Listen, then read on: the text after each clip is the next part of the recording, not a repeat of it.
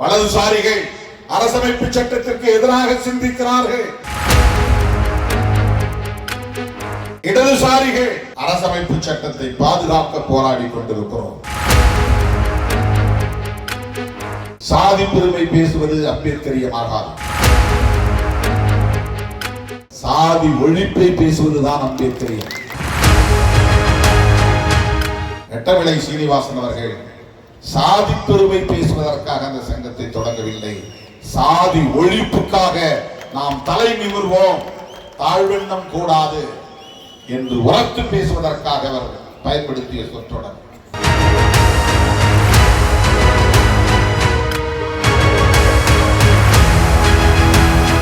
பெரியாரை வெளிப்படையாக எதிர்த்து விட முடியும், அம்பேத்கரை எவராலும் வெளிப்படையாக எதிர்க்க முடியாது.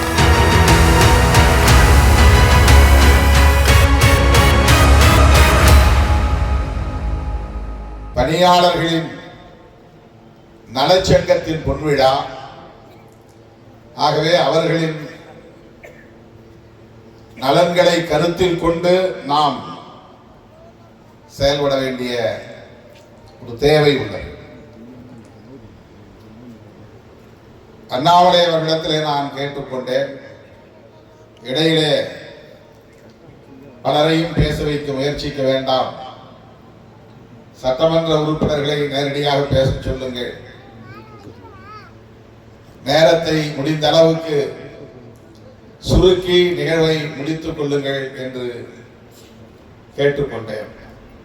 ஆளுக்கு ஒரு நிமிடம் பேச வைப்போம் என்று அழைத்து அவர்களை நாம் பேச வைக்காமல் அனுப்பிவிட முடியாது என்று அவர் எடுத்த நிலைப்பாடு. எப்போதும் நாம் விரைந்து முடியுங்கள் என்று யாரையும் கட்டாயப்படுத்தி அமர வைத்து விட முடியாது, என்னாலே முடியாது. சீக்கிரம் முடிச்சிங்கன்னு சொன்னா என்னால் முடிக்க முடியாது. குறைந்தது 1 மணி நேரம் பேசினாதான் உடம்புல சக்தி குறையும். இந்த எனர்ஜி லெவல் எனக்கு தெரியும். இந்த எனர்ஜி லெவல் குறையும் போது 1 மணி நேரம் ஆயிடுச்சு அப்படின்னு நான் முடிச்சிருவேன். ஆனா இப்ப நான் அந்த மாதிரி போக மாட்டேன், பயப்பட வேண்டாம். காலையில் நிறைய பேர் நீங்கள் பணிக்கு செல்ல வேண்டும். 50 ஆண்டுகளை கடந்திருக்கிறது இந்த நலச்சங்கம். 1973 தான் முதலாக இங்கே இந்த அணுசக்தி துறையின் முதல் யூனிட் உருவாக்கப்பட்டது என்று இன்றைக்கு நம்முடைய நிலைய இயக்குனர் விவரித்தார். 74லேயே நலச்சங்கம் தொடங்க பெற்றிருக்கிறது. இந்த நலச்சங்கத்தின் முன்னோடிகளை இந்த நேரத்தில் நாம் நினைவு கூர்ந்து அவர்களுக்கு நன்றி சொல்ல கடமைப்பட்டிருக்கிறோம். இன்றைக்கு நான் உங்கள் சங்கத்தின் காப்பாளராக இருக்கிறேன் என்று சொன்னால் அதற்கு நீங்கள் மட்டுமே நன்றிக்குரியவர்கள் என்று நாம் எண்ணிவிட முடியாது. நாம் எல்லோரும் சங்க பொறுப்பாளராகவும் நான் காப்பாளராகவும் இருப்பதற்கு அடித்தளம் அமைத்து தந்தவர்கள் இந்த சங்கத்தின் முன்னோடிகள், ஃபவுண்டர்ஸ். ஆகவே 50 ஆண்டுகளை கடந்து பொன்விழா கொண்டாடுகிற நேரத்தில் இந்த சங்கத்தை நிறுவிய நிறுவனர்களை நாம் நெஞ்சிலே இருத்தி அவர்களுக்கு நன்றி சொல்ல வேண்டியது நம்முடைய கடமை என்கிற முறையில் நான் நன்றி பெருக்கோடு அவர்களை எண்ணி பார்க்கிறேன், பாராட்டுகிறேன், வாழ்த்துகிறேன். அப்போதே அவர்கள் பட்டியல் சமூகத்தை சார்ந்த, பழங்குடி சமூகத்தை சார்ந்த பணியாளர்களின் நலன்களுக்கு ஒரு இயக்கம் வேண்டும், ஒரு சங்கம் வேண்டும், அவர்களின் உரிமைகளுக்காக குரல் கொடுக்க, போராட, வாதாட ஒரு அமைப்பு வேண்டும் என்று அவர்கள் சிந்தித்திருக்கிறார்கள், ஒரு அமைப்பை உருவாக்கி இருக்கிறார்கள் என்பதுதான் நாம் நினைத்து பெருமைப்படக்கூடிய ஒன்று. அடுத்தடுத்து வந்த தலைவர்களும் இந்த சங்கத்தை நல்ல முறையிலே காப்பாற்றி வந்திருக்கிறார்கள், உயிர்ப்போடு வைத்திருந்திருக்கிறார்கள். அடுத்தடுத்த தலைமுறையினரிடம் இந்த சங்கத்தை ஒப்படைத்திருக்கிறார்கள். அப்படி ஒரு அஞ்சல் ஓட்டத்தை போல ஒரு தலைமுறைக்கு பிறகு இன்னொரு தலைமுறை, அந்த தலைமுறைக்கு பிறகு அடுத்த தலைமுறை என்று இந்த சங்கம் அடுத்தடுத்து கைகள் மாறி மாறி வந்து இன்றைக்கு பொன்விழா கொண்டாடுகிறது. அந்த வாய்ப்பை அண்ணாமலை அவர்களின் தலைமையிலான சங்க பொறுப்பாளர்கள் பெற்றிருக்கிறார்கள் என்பது வரலாறு அவர்களுக்கு தந்திருக்கிற ஒரு அரிய வாய்ப்பு. அப்படிப்பட்ட ஒரு பொன்விழாவை கொண்டாடுகிற சூழலில் நான் காப்பாளராக இருந்த அந்த விழாவிலே பங்கேற்கிற ஒரு வாய்ப்பு எனக்கு கிடைத்திருப்பதும் எனக்கு பெருமை அளிக்கிறது. ஒரு சங்கத்தை உருவாக்குவது என்பது ஏதோ பெயருக்கு என்று இல்லாமல் அதை உயிர்ப்போடு வைத்திருப்பது ஒரு போராட்டம். ஒரு இயக்கம் தொடர்ந்து இயங்கினால் மட்டும்தான் பல தலைமுறைகளை கடந்து அது நிற்கும். வெறும் கோரிக்கைகளுக்கானதாக மட்டுமே இல்லாமல்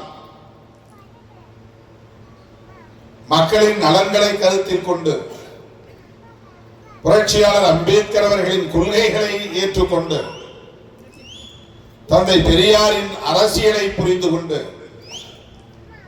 அதன் அடிப்படையில் ஒரு அரசு ஊழியர் அல்லது பொதுத்துறை ஊழியர் சங்கமாக மட்டுமே செயல்படாமல் மக்களுக்கான சங்கமாகவும் இது இயங்கிக் கொண்டிருக்கிறது. சுற்று வட்டாரத்தில் உள்ள பொதுமக்களின் நலன்களுக்கான ஒரு சங்கமாகவும் இது போராடி கொண்டிருக்கிறது என்பதற்கு சான்று உங்களோடு கைதான புதுப்பட்டினம் முன்னாள் ஊராட்சி மன்ற தலைவர் ஃபக்கீர் முகமது அவர்களின் ஈடுபாடு. உங்களோடு சேர்ந்தவர் கைதாகி சிறை செல்லக்கூடிய அளவுக்கு இந்த பகுதியில் வாழக்கூடிய மக்களோடு நீங்கள் இணைந்து பிணைந்து நிற்கிறீர்கள். அவர்கள் உங்களோடு பின்னி பிணைந்து இருக்கிறார்கள் என்பதை அந்த ஒரு நிகழ்வே நமக்கு சான்றாக இருக்கிறது. நான் பேசுவதற்கு முன்னதாக சமூக நீதிக்காக போராடி சிறை சென்றவர்களை எல்லாம் நீங்கள் வாழ்த்த வேண்டும், அவர்களுக்கு நினைவு பரிசு வழங்க வேண்டும், அதன் பிறகு நிறைவாக நீங்கள் உரையாற்ற வேண்டும் என்றுதான் அண்ணாமலை அவர்களின் இடத்திலே சொன்னார். ஏற்கனவே நேரம் கடந்து விட்டது. அதையெல்லாம் முடித்துவிட்டு நான் எப்போது போய் மைக்கை பிடிப்பது? ஆகவே முதலில் நான் 10 நிமிடம் பேசி விடுகிறேன். அவர்கள் அனைவரையும் பொறுமையாக இருக்க சொல்லுங்கள். நான் எத்தனை மணி நேரம் வேண்டுமானாலும் இருந்து அவர்களுக்கு ஆடை போர்த்தி சிறப்பித்து விட்டு செல்லுவேன் என்று கூறிவிட்டுத்தான் உங்கள் முன்னால் நான் இருக்கிறேன். ஆகவே ஒரு இயக்கம் அல்லது சங்கம் வெறும் பணியாளர்களின் ஊழியர்களின் கோரிக்கைகளுக்காக மட்டுமே இயங்குவதாக இல்லாமல் அதனை தாண்டி ஒரு கோட்பாட்டுக்காகவும் இயங்குகிறது. அதுதான் சமூக நீதி என்கிற கோட்பாடு. அந்த புரிதல் இந்த சங்கத்திற்கு இருக்கிறது என்பதுதான் பாராட்டுதலுக்குரியது. எந்த சங்கமாக இருந்தாலும் ஒரு கோட்பாட்டு புரிதல் தேவை, கொள்கை புரிதல் தேவை. அந்த கோட்பாட்டை பாதுகாப்பதற்காக நாம் போராட வேண்டும் என்கிற துணிச்சல் தேவை. அப்படி போராடுகிற போது ஏற்படுகிற பின் விளைவுகளை எதிர்கொள்ளக்கூடிய அளவுக்கான தெளிவு தேவை. அதுதான் ஒரு சங்கத்தை உயிர்ப்போடு வைத்திருக்கும். அந்த சங்கத்தை வழிநடத்தக்கூடிய தலைவர்களை ஆளுமை மிக்கவர்களாக அடையாளப்படுத்தும். எனவே இந்த அணுசக்தி துறையிலே பணியாற்றக்கூடிய பணியாளர்களின் நலன்களை மட்டுமே முன்னிறுத்தக்கூடிய ஒரு இயக்கமாக மட்டுமாக இல்லாமல் புரட்சியாளர் அம்பேத்கர் அவர்கள் முன்மொழிந்த சுதந்திரம், சமத்துவம், சகோதரத்துவம் என்கிற மகத்தான கோட்பாடுகளுக்காக, சமூக நீதி, சமூக நல்லிணக்கம் என்கிற கோட்பாடுகளுக்காக இந்த இயக்கம் பாடாற்றும் என்பதை இன்றைக்கு நடைபெற்ற சந்திப்பிலேயே நம்முடைய தோழர்கள் உறுதிப்படுத்தினார்கள். இன்றைக்கு நான் நம்முடைய அணுசக்தி துறை எவ்வாறு இயங்குகிறது என்று அந்த கட்டமைப்பை எல்லாம் போய் பார்க்க வேண்டும் என்றுதான் அனுமதி பெற்றிருந்தோம். உள்ளே சென்று எல்லாவற்றையும் பார்க்க வேண்டும், அது எப்படி இயங்குகிறது என்பதை தெரிந்து கொள்ள வேண்டும் என்கிற பேராவலோடு வந்தோம். ஆனால் காலம் தாழ்ந்து வந்ததனால் அடுத்து நிலைய இயக்குநரோடு கலந்துரையாடலில் பங்கேற்றதனால் நேரம் கடந்து விட்டது. அந்த திட்டம் நிறைவேறாமல் போய்விட்டது. 2 சந்திப்பிலேயே 2 மணி நேரம் செலவாகிவிட்டது.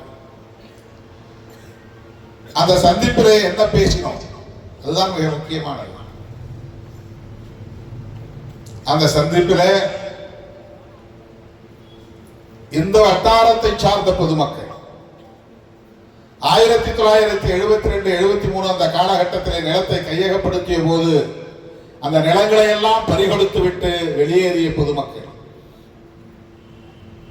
அனைவருக்கும் இங்கே வேலை வாய்ப்பு வழங்கப்பட்டதா என்பதை உறுதிப்படுத்த வேண்டும் என்று கேட்டுக்கொண்டோம்.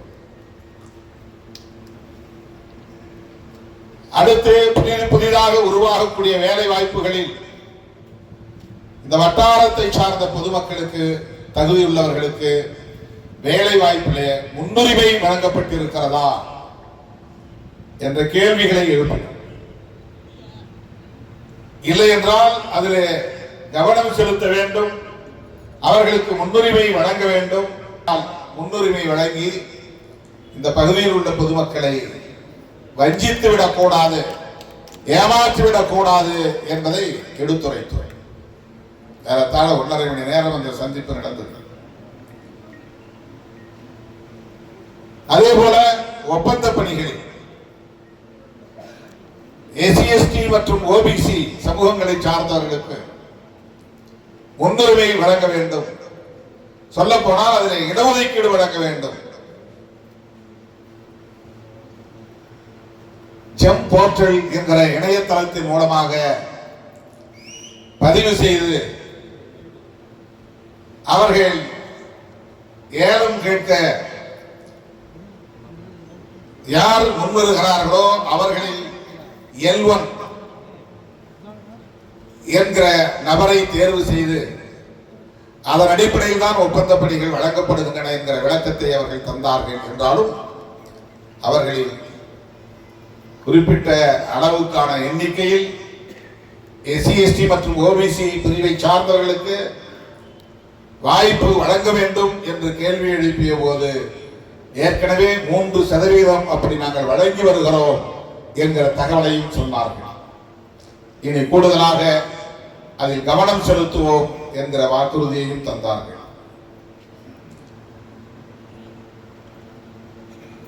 இந்த பகுதியில் வாழக்கூடிய பொதுமக்களின் உடல் நலம் குறித்த கேள்வியை எழுப்பினோம். தண்ணீர், காற்று, உணவுப் பொருள் போன்றவற்றில் மாசு ஏற்பட்டு, நஞ்சு ஏற்பட்டு, கதிர்வீச்சினால் புற்றுநோய் போன்ற நோய்கள் பரவி அதனால் பொதுமக்கள் பாதிப்படையும் நிலை இருப்பதாக பொதுமக்களிடமிருந்து கருத்துக்கள் வருகின்றன. அதை பற்றியும் உங்கள் கருத்தை எங்களுக்கு தெளிவுபடுத்த வேண்டும் என்ற கேள்வியை எழுப்பினோம். நாங்களே 30 ஆண்டுகள் 40 ஆண்டுகள் என்று இந்த அணுசக்தி துறை வளாகத்தில் இருந்துதான் பணியாற்றுகிறோம். முழு பாதுகாப்பை உத்தரவாதப்படுத்தக்கூடிய வகையில் தான் எல்லா பாதுகாப்பு நடவடிக்கைகளும் மேற்கொள்ளப்பட்டிருக்கின்றன. கண் சிகிச்சை முகாம்களை நடத்துகிறோம். இன்னும் அவர்களுக்கு தேவையான மருத்துவம் தொடர்பான உதவிகளையும் செய்து வருகிறோம் என்று நிலைய இயக்குனர் எங்களுக்கு விளக்கம் கூறினார். அவர்களுக்கு கட்டணம் இல்லாமல் மருத்துவ பரிசோதனைகள் செய்ய, குறிப்பாக அல்ட்ராசவுண்ட் ஸ்கேன் செய்வதற்கும், டயாலிசிஸ் சிறுநீரக நோயால் பாதிக்கப்பட்டவர்களுக்கு சிகிச்சை அளிப்பதற்கும் இங்கே CSR நிதி மூலம் உதவி செய்ய வேண்டும். இந்த பகுதியை சார்ந்த பொதுமக்களை, பிள்ளைகளின் குழந்தைகளின் கல்வி மேம்பாட்டுக்கு கல்வி உதவித்தொகைகளை வழங்க வேண்டும், ஊக்கத்தொகைகளை வழங்க வேண்டும் என்றெல்லாம் நிலைய இயக்குநரிடத்திலே விரிவாக பேசினார். ஆகவே இந்த பணியாளர்களின் நலன்கள் என்பதோடு மட்டுமில்லாமல் இந்த வட்டாரத்தை சார்ந்த பொதுமக்களின் நலன்களையும் கருத்தில் கொண்டு அவர்களுக்கான பாதுகாப்பை உறுதிப்படுத்தும் நோக்கில் இந்த நிறுவனம் செயல்பட வேண்டும் என்பதை வலியுறுத்தி இருக்கிறோம். தோழர்களே, ஒரு நலச்சங்கம் பணியாளர்களின் நலன்களை மட்டுமே கருத்தில் கொள்ளாமல் சமூக அக்கறையோடும் செயல்பட வேண்டும் என்பதற்கு இந்த நலச்சங்கம் ஒரு சான்றாக இருக்கிறது என்பதை இந்த நேரத்தில் நான் மகிழ்ச்சியோடு பதிவு செய்ய கடமைப்பட்டிருக்கிறேன்.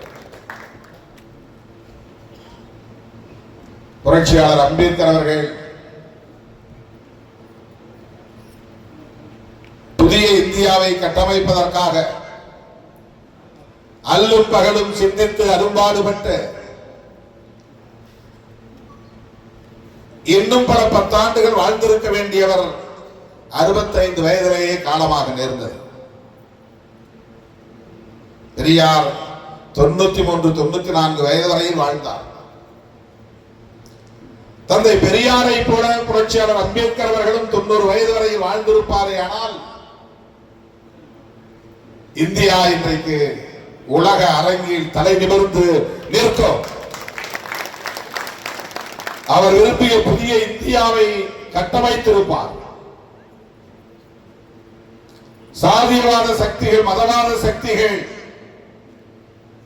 தலை தூக்கி இருக்க முடியாது. ஆனால் ஒரு கெடுவாய்ப்பாக புரட்சியாளர் அம்பேத்கர் அவர்களை நாம் இழக்க நேர்ந்து விட்டது.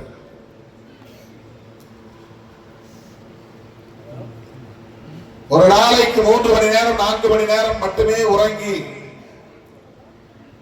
எஞ்சிய 20-21 மணி நேரம்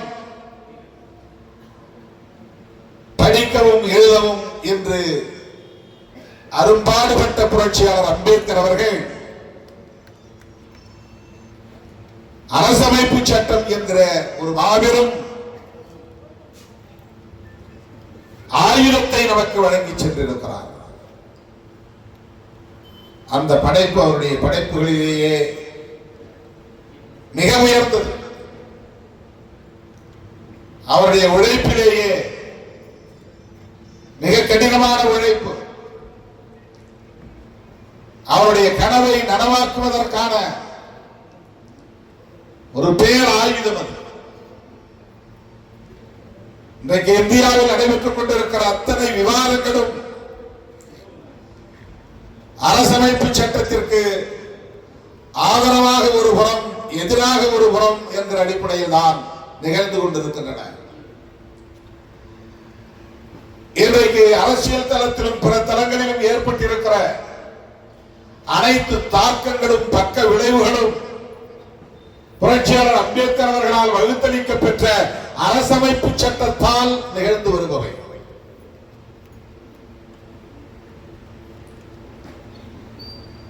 ஒருபுறம் RSS வளர்ச்சி அடைந்தது கூட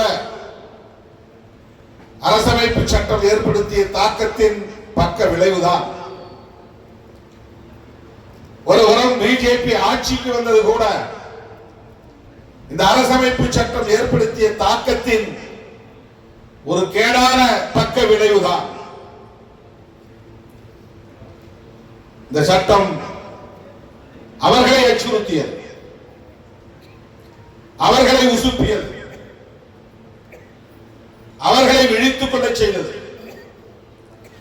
அவர்களை அமைப்பாக்குவதற்கு வழிவகுத்து விட்டது. ஏனென்றால் அவர்கள் இத்தனை ஆண்டு காலம் கட்டி காப்பாற்றிய இந்த சமூக கட்டமைப்பை மெல்ல மெல்ல சிதைக்கிற மகத்தான வலிமை கொண்ட ஒரு பேர் ஆயுதம் தான் அரசமைப்பு சட்டம்.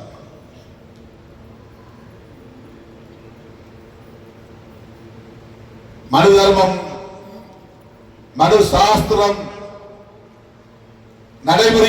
நடைமுறையில் இருந்த காலத்தில் இன்றைக்கு நாம் பார்க்கிற சமூக கட்டமைப்பு உருவானது. சாதிகள் பல்கி பெருகின.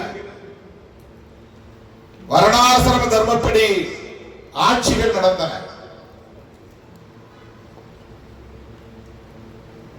பெண்கள் வெறும் ஆண்களுக்கான இச்சை பொருளாக மாற்றப்பட்டார்கள். அவர்களுக்கான வாரிசுகளை பெற்றுத் தரும் எந்திரங்களாக்கப்பட்டார்கள். வெறும் இச்சை பண்டங்களாக மட்டுமே நடத்தப்பட்டு வந்த இந்த மகளிர் சமூகத்தை மீட்பதற்கு வழியில்லாமல் இருந்த சூழலில் தான் அந்த சமூக கட்டமைப்பை அடித்து நொறுக்குகிற பேராற்றல் மிக்க பேராயுதமாக புரட்சியாளர் அம்பேத்கர் அவர்களால் வார்க்க பெற்றதுதான் இந்திய அரசமைப்பு சட்டம். ஆகவேதான் அவர்கள் விழித்துக் கொண்டார்கள். இந்த சட்டத்தை ஏற்றுக்கொள்ளவில்லை. இந்த சட்டம் சொல்லுகிற கோட்பாடுகளை ஏற்றுக்கொள்ளவில்லை. இது முன்மொழியக்கூடிய மதச்சார்பின்மையை ஏற்றுக்கொள்ளவில்லை. சுதந்திரம், சமத்துவம், சகோதரத்துவம் என்கிற கோட்பாடுகளை அவர்கள் ஏற்றுக்கொள்ளவில்லை. இந்த சட்டத்திற்கு எதிராக மக்களை திரட்ட வேண்டும் என்று அவர்கள் செயல் திட்டங்களை வரையறுத்து தீவிரமாக களப்பணியாற்றி இந்தியா முழுவதும் முழு நேர பணியாளர்களை இதற்கென்று ஒதுக்கி இரவும் பகலும் தொடர் பரப்புரைகளில் ஈடுபட்ட மெல்ல மெல்ல பலமுறை தடை செய்யப்பட்ட நிலையிலும் கூட மெல்ல மெல்ல இந்த சங்கத்தை வளர்த்தெடுத்தார்கள். அதனுடைய அரசியல் பிரிவாக ஜனசங்கத்தை உருவாக்கினார்கள். அதன் அடுத்த பரிணாமமாக பாரதிய ஜனதா கட்சியை உருவாக்கினார்கள். ஆகவே உருவான ஒரு சங்கம் என்று சொன்னால் அது மிகையாக. அரசமைப்பு சட்டம் தோன்றியது 46க்கு பின்னர் 1950. RSS உருவானது 1925. எப்படி இது பொருந்தும் என்ற கேள்வியை நீங்கள் எழுப்பலாம். அவர்கள் 1925 எந்த நோக்கத்தோடு இந்த சங்கத்தை உருவாக்கினார்களோ அந்த நோக்கத்தை சிதைப்பதற்காக புரட்சியாளர் அம்பேத்கர் அவர்கள் வகுத்த சட்டம் தான் 1957 அரங்கேறுகிறது. அதை சிதைக்கக்கூடிய ஆற்றல் இந்த சங்கத்திற்கு இருக்கிற சூழலில், இந்த சட்டத்திற்கு இருக்கிற சூழலில் இதை எதிர்ப்பதையே முதன்மை செயல் திட்டமாக அந்த சங்கம் வரையறுத்துக் கொண்டது. அதுவே அவர்களின் செயல் திட்டமாக மாறி நிற்கிறது. அருமை தோழர்களே, இது கட்சி அரசியல் என்ற பொருளில் இதை பார்க்க வேண்டாம். புரட்சியாளர் அம்பேத்கரின் அரசியல் என்கிற அணுகுமுறையில் இதை பார்க்க வேண்டும். ஏன் அம்பேத்கர் இதை எழுதினார்? ஏற்கனவே இந்த சமூகம் கட்டமைப்பதற்கு பயன்பட்ட ஒரு சட்டம் மனு சட்டம். அதற்கு மாற்று சட்டம் அதன் பிறகு தோன்றவே இல்லை. அதற்கு எதிரான சட்டங்கள் தோன்றவே இல்லை. ஆங்கிலேயர்கள் வந்த பிறகு ஒவ்வொரு மூட நம்பிக்கைக்கும் அல்லது சமூக விரோத நடவடிக்கைகளுக்கும் எதிரான சட்டங்கள் அவ்வப்போது உருவாயின. சதிவழக்கத்திற்கு எதிரான சட்டங்களை கொண்டு வந்தார்கள். குழந்தை திருமணம் என்கிற பாலிய விவாகத்தை குற்றம் என்று சொல்லுகிற சட்டங்களை கொண்டு வந்தார்கள். இதெல்லாம் பிரிட்டிஷ் ஆட்சி காலத்திலே வந்தது. அவை சட்டங்களாக மட்டுமே வார்க்க பெற்றன. ஆனால் புரட்சியாளர் அம்பேத்கர் அவர்கள் வகுத்தளித்த அரசமைப்பு சட்டம் என்பது உண்மையிலேயே வெறும் சட்டம் இல்லை, அது ஒரு கோட்பாடு. அது ஒரு கோட்பாடு, அது ஒரு டாக்டரின், அது ஒரு மேனிபெஸ்டோ, கொள்கை அறிக்கை. அரசமைப்பு சட்டத்தின் பிரியாம்பிள் என்கிற அந்த முகப்புரையிலே சொல்லப்பட்டிருக்கிற 10 வரிகள் தான் இவ்வளவு பெரிய தாக்கத்தை இந்த சமூகத்தில் ஏற்படுத்தி வருகிறது, இவ்வளவு பெரிய மாற்றங்களை ஏற்படுத்தி வருகிறது, இவ்வளவு பெரிய விவாதங்களை உருவாக்கி கொண்டிருக்கிறது. வலதுசாரிகள் அரசமைப்பு சட்டத்திற்கு எதிராக சிந்திக்கிறார்கள், இடதுசாரிகள் அரசமைப்பு சட்டத்தை பாதுகாக்க போராடி கொண்டிருக்கிறோம்.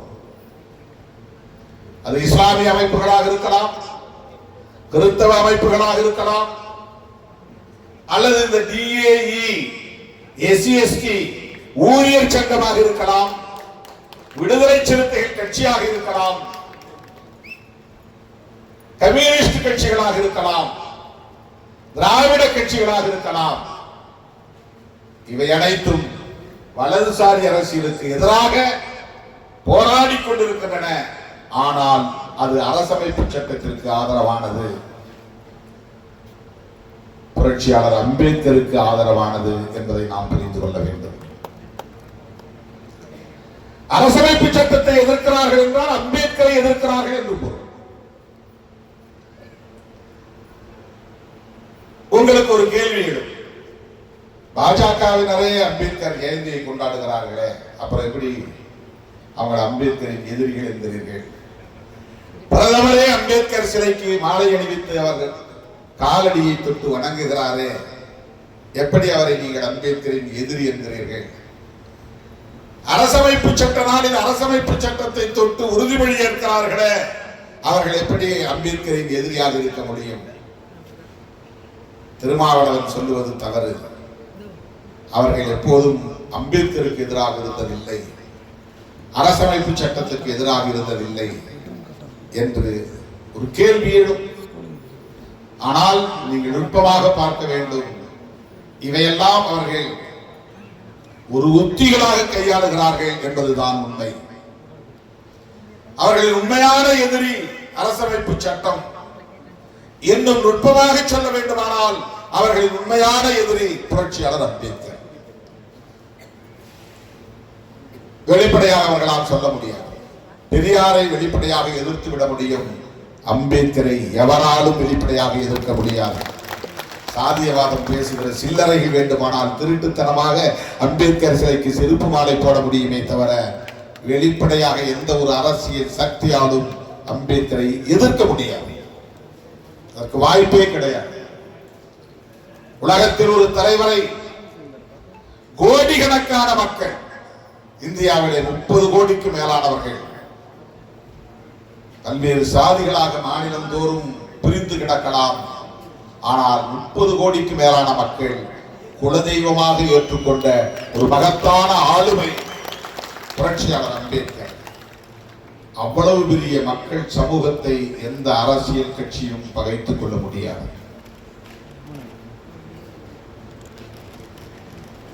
புரட்சியாளர் அம்பேத்கர் அவர்களை வெளிப்படையாக எதிர்க்க முடியாது, அரசமைப்பு சட்டத்தை வெளிப்படையாக எதிர்க்க முடியாது என்பதனால் அம்பேத்கர் ஜெயந்தியை கொண்டாடுகிறார்கள், அரசமைப்பு சட்டத்தை தொட்டு வணங்குகிறார்கள்.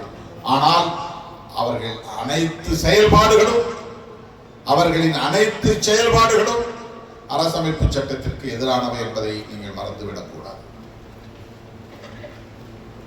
தோழர்களே, புரட்சியாளர் அம்பேத்கர் அவர்கள் எந்த ஒரு தனிப்பட்ட சமூகத்தையோ அல்லது கட்சியையோ மனதில் வைத்து அதை செய்யவில்லை. RSS என்கிற சங்கத்தை மனதில் வைத்து அவர் செய்யவில்லை. காலம் காலமாக புரையோடி கிடக்கிற இந்த சாதிய சமூக கட்டமைப்பை தகர்த்தெறிய வேண்டும், பிறவி அடிப்படையில் இருக்கிற இந்த பாகுபாடுகளை அழித்தொழிக்க வேண்டும், மனிதர்களுக்கிடையில் நிலவுகிற உயர்வு தாழ்வு என்கிற இந்த நிலைப்பாட்டை மாற்றி அமைக்க வேண்டும், அனைவருக்கும் அதிகாரம் பகிர்ந்தளிக்கப்பட வேண்டும், சுதந்திரம், சமத்துவம், சகோதரத்துவம் என்று இந்த மண்ணில் மலர்ந்திட வேண்டும் என்கிற அந்த தொலைநோக்கு பார்வையோடு தான் இந்த சட்டத்தை உருவாக்கி இருக்கிறார். இந்த சங்கத்தை சார்ந்த தோழர்களுக்கு நான் விடுக்கிற வேண்டுகோள், நீங்கள் உங்களுடைய நண்பர்களுக்கோ உறவினர்களுக்கோ திருமணம் நடக்கும் போதெல்லாம் அரசமைப்பு சட்டத்தின் முகப்புரையை பிரேம் செய்து அவர்கள் வீட்டிலே மாட்டி வையுங்கள், பரிசாக கொடுங்கள். அந்த வீட்டில் உள்ள பள்ளி பிள்ளைகள் அதில் உள்ள சொற்றொடர்களை படித்து பார்க்கட்டும், அறிமுகமாகட்டும். அந்த சொற்றொடர்கள் அந்த பிள்ளைகளின் நாவில் ஊறட்டும், அவர்கள் அதை உச்சரிக்கட்டும். லிபர்ட்டி, ஈக்வாலிட்டி அண்ட் ஃப்ரெட்டர்னிட்டி என்கிற இந்த சொற்றொடர்களை உச்சரிக்காத பிள்ளைகள் இல்லை என்கிற நிலையை நாம் உருவாக்க வேண்டும். அதன் பொருளை அவர்கள் புரிந்து கொள்கிறார்களோ இல்லையோ, இந்த சொற்றொடர்களை அறிமுகப்படுத்த வேண்டும். இதற்காக போராடுகிற போராளிகளாக அவர்கள் எதிர்காலத்தில் உருவாவார்கள். தோழர்களே, உண்மையான அம்பேத்கரியவாதி, அம்பேத்கர் படத்தை போடுகிறவனோ, அம்பேத்கர் பெயரை சொல்லுகிறவனோ, ஜெய் பீம் என்று முழங்குகிறவனோ வெறுமன உச்சரிப்போடு நின்று விடுகிறவனோ அல்ல. அவர் முன்மொழிந்த இந்த கோட்பாடுகளை உள்வாங்கிக் கொண்டு அடுத்த தலைமுறைக்கு எடுத்துச் செல்கிறவன் தான், அதை பாதுகாக்கிறவன் தான், அதை பரப்புகிறவன் தான், அதற்காக போராடுகிறவன் தான், அந்த கோட்பாடுகளுக்கு எதிரிகளாக இருப்பவர்களை அடையாளம் காண்கிறவன் தான். எந்த சூழலிலும் அப்படிப்பட்ட சக்திகளோடு கைகோர்க்க மாட்டோம் என்று உறுதிப்பாட்டோடு நிற்கிறவன் தான் உண்மையான அம்பேத்கரியவாதி. அந்த அடிப்படையில் தான் நாம் தேர்தல் அரசியலிலும் சில நிலைப்பாடுகளை எடுக்கிறோம். எனது அருமை தோழர்களே, சாதி பெருமை பேசுவது அம்பேத்கரியமாகாது, சாதி ஒழிப்பை பேசுவதுதான் அம்பேத்கரியம். தாத்தா ரெட்டமலை சீனிவாசன் அவர்கள் சாதி பெருமை பேசுவதற்காக பறையன் என்கிற பெயரில் இயக்கம் இதழ் நடத்தவில்லை. இன்றைக்கு நீ பார்க்கிற பறையன் என்கிற ஒரு தனிப்பட்ட சாதிக்காக அவர் இயக்கம் காணவில்லை. அவர் வாழ்ந்த காலத்தில் பறையன் என்கிற சொல் உலகம் முழுவதும் அன்டச்சபிள் என்கிற சொல்லுக்கு ஒற்றை சொல்லாக தமிழில் இருந்தது. பறையா என்று சொன்னால் அது இந்தியா முழுவதும் இருக்கிற எல்லா தீண்டப்படாத சாதிகளையும் குறிக்கிற ஒற்றை சொல். மகர் என்கிற சொல்லுக்கும் கூட பறையா என்றுதான் பெயர். அப்படித்தான் உலகம் புரிந்து கொண்டது. மகர் அப்படிங்கிற ஒரு தனி சாதி இருப்பது யாருக்கும் தெரியாது. ஆனால் உலகத்தில் எல்லோருக்கும் தெரியும் பறையா என்கிற சொல். அது அன்டச்சபிள் என்கிற ஒரு சமூகத்தை குறிக்கிற ஒரு சொல். ஆளும் வர்க்கத்தை எதிர்த்து கலகம் செய்கிறவர்களின் பெயர் அது. ஆளும் வர்க்கத்தை எதிர்த்து நிற்கிற, மூர்க்கமாக எதிர்த்து போராடுகிற ஒரு சொற்றொடர். அதனால்தான் பிரபாகரனை சர்வதேச பறையன் என்றார் சுப்பிரமணிய சுவாமி. அதனால்தான் சதாம் ஹுசேனை சர்வதேச பறையன் என்று சொன்னார் இங்கிலாந்து பிரதமர் ஜான் மேஜர். அவர்கள் என்ன தமிழ்நாட்டில் பிறந்தவர்களா, செங்கல்பட்டிலே பிறந்தவர்களா, கல்பாக்கத்திலே பிறந்தவர்களா? சதாம் ஹுசேனும் அண்ணன் பிரபாகரன் அவர்களும். இந்த பறையா என்கிற சொல் வலதுசாரிகளை எதிர்த்து நிற்கிற போராளிகள் என்று பொருள். பிற்போக்கு சக்திகளை எதிர்த்து நிற்கிற போராளிகள் என்று பொருள். ரெட்டமலை சீனிவாசன் அவர்கள் சாதி பெருமை பேசுவதற்காக அந்த சங்கத்தை தொடங்கவில்லை, சாதி ஒழிப்புக்காக நாம் தலை நிமிர்வோம், தாழ்வெண்ணம் கூடாது என்று உரத்து பேசுவதற்காக அவர் பயன்படுத்திய சொற்றொடர். புரட்சியாளர் அம்பேத்கர் அவர்களோடு இணைந்து பணியாற்றிய பிறகு அதை அவர் கடைபிடிக்கவில்லை, பரப்பவில்லை. நாங்க இந்த சாதியில் பெருமையா சொல்லுவோம் அப்படின்னா நீ வலதுசாரிக்கு துணை போகிறாய் என்று பொருள். அவன் சாதியை பெருமையா சொல்லும் போது நாங்க எங்க சாதியை பெருமையா சொல்லுவோம் அப்படின்னு சொன்னா நீ RSS காரனுக்கும் பிஜேபி காரனுக்கும் துணை போகிறாய் என்று. அவன் அதுதான் சொல்றான், உன் சாதி பெருமை நீ பேசு, சாதியை காப்பாற்று. சாதி பெருமையை பேசுனா சாதியை காப்பாற்று என்று பொருள். அது எப்படி அம்பேத்கரியமாக முடியும்? சாதியை காப்பாற்றுகிற எந்த நடவடிக்கையும் அம்பேத்கரியமாகாது. அவெல்லாம் பிறப்பதற்கு முன்பே சாதியை ஒழிக்க வேண்டும் என்று பேசியவர்கள் புரட்சியாளர் அம்பேத்கர் அவர்களும் தந்தை பெரியார் அவர்களும். மாமேதை காரல் மார்க்ஸ் பாட்டாளி வர்க்கத்தின் மூலம் இங்கே ஒரு புரட்சியை உருவாக்கி சமத்துவத்தை நிறுவ வேண்டும் என்று கனவு கண்டவர். அந்த மாமனிதர்களின் கொள்கை வழியில் விடுதலை சிறுத்தைகள் கட்சி மட்டுமல்ல, பொன்விழா காணும் இந்த நலச்சங்கமும் செயல்படுகிறது, தொடர்ந்து செயல்பட வேண்டும் என்று வாழ்த்தி பாராட்டி வாய்ப்புக்கு நன்றி கூறி முடிக்கிறேன். நன்றி, வணக்கம்.